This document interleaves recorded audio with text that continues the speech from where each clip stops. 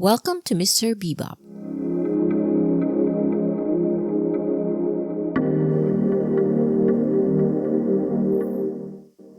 Paseo is Spanish for walk, and Paco Park is the perfect place to take a walk on a lazy Sunday afternoon. I'd always wanted to go, especially after hearing my parents' stories about how they played there when they were kids.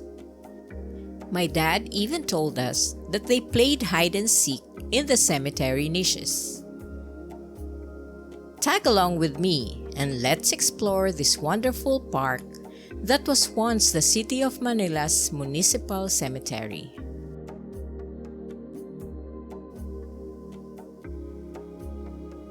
Paco Park is circular in shape, with an inner circular fort that stood as the original cemetery.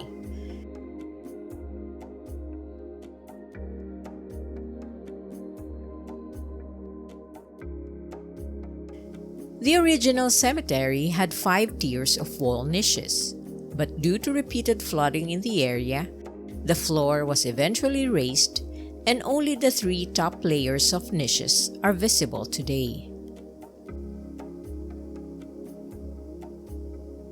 In 1859, to accommodate the increasing population, Governor Fernando Norsagaray y Escudero proposed the extension of the cemetery, enclosing the original structure with another circular outer wall, built with thick adobe walls.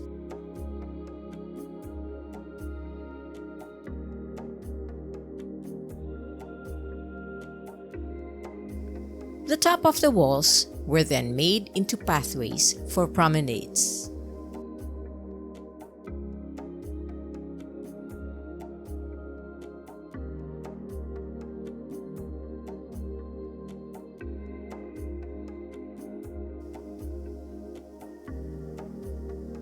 A small domed Roman Catholic chapel was also built inside the walls of the park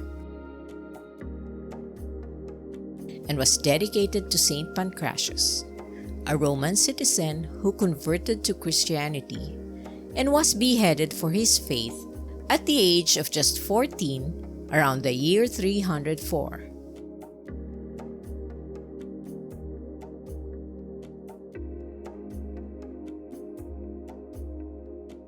Ildefonso Santos Jr., a noted landscape architect who was given recognition as a Philippine national artist, was involved in the designing of Paco Park.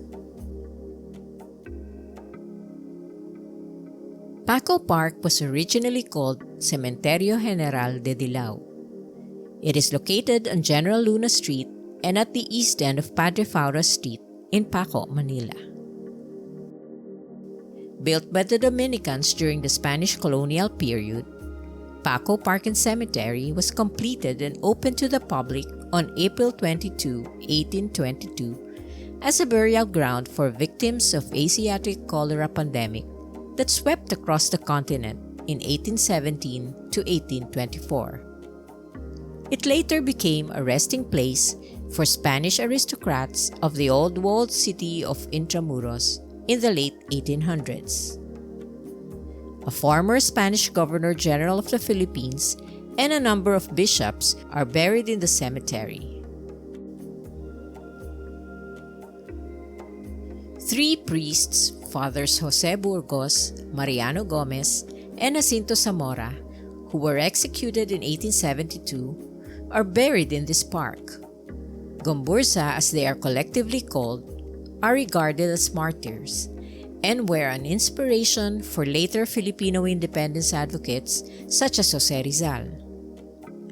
The memorare plaque in front of their burial site reads, "The mortal remains of the 3 martyred priests, Fathers Jose A. Burgos, Mariano C. Gomez, and Jacinto R. Zamora, were buried in this hallowed ground after their execution on 17 February 1872 for complicity in the Cavite Mutiny."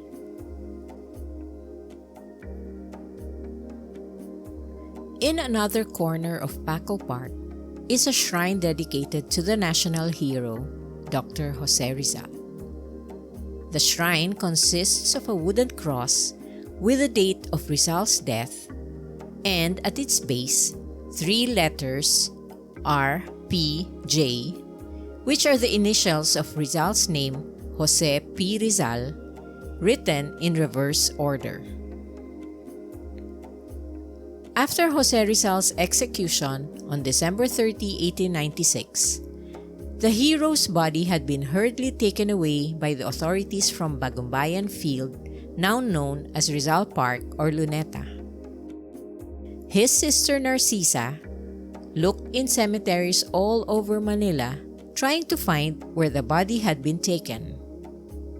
Finally, in Paco Cemetery, she noticed a newly dug plot with soldiers standing guard.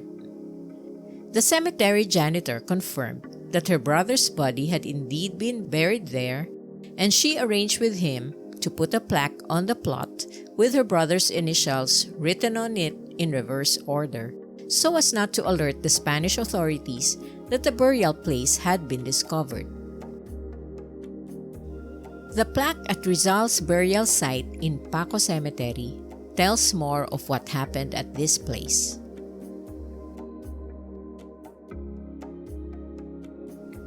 Jose Rizal, executed 30 December 1896. Interred secretly in this spot by the authorities on the same day. Guarded for 15 days by the Guardia Civil Veterana. Remains exhumed 17 August 1898. Placed in an urn made by Teodoro Romualdo de Jesus. Deposited in the house of his mother in Estralde Street, Binondo, and on 30 December 1912, laid beneath his monument at the Luneta.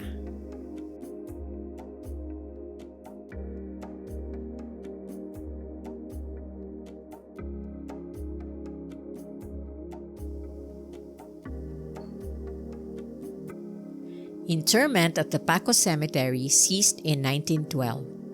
It had been the burial ground for several generations, and descendants of those buried in the park had the remains of their ancestors exhumed and transferred to other cemeteries in Manila. The park was converted into a national park in 1966 during the term of President Diosdado Macapagal. Paco Park's grandeur was slowly restored after the war, and since then has remained as a public park and promenade for the community. On February 29, 1980, then Press and Cultural Attaché of the German Embassy in the Philippines, Dr. Christoph Jessen, with then National Parks Development Committee Vice Chairperson Teodoro Valencia, started a classical concert at the park as part of the celebrations for the Philippine-German Month. The program became a tradition, a weekly fair held every Friday afternoons called Paco Park Presents, featuring concerts of finest musical artists and chorales, both local and international.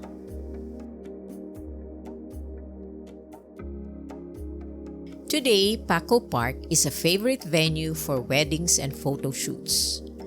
It has become a romantic spot amid the busy city and a reminder of Manila's rich past.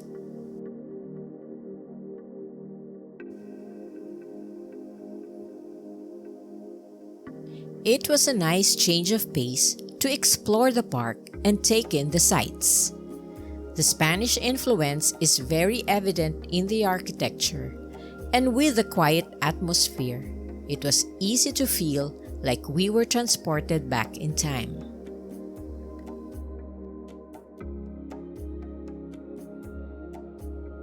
We also took the opportunity to visit San Vicente de Paul Church, which is in the same area of Old Manila. The church is special because this is where my parents got married 64 years ago in 1958.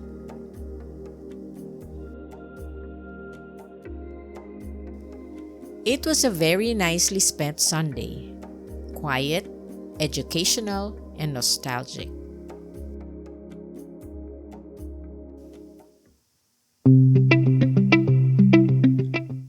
Thank you for watching. See you again next time.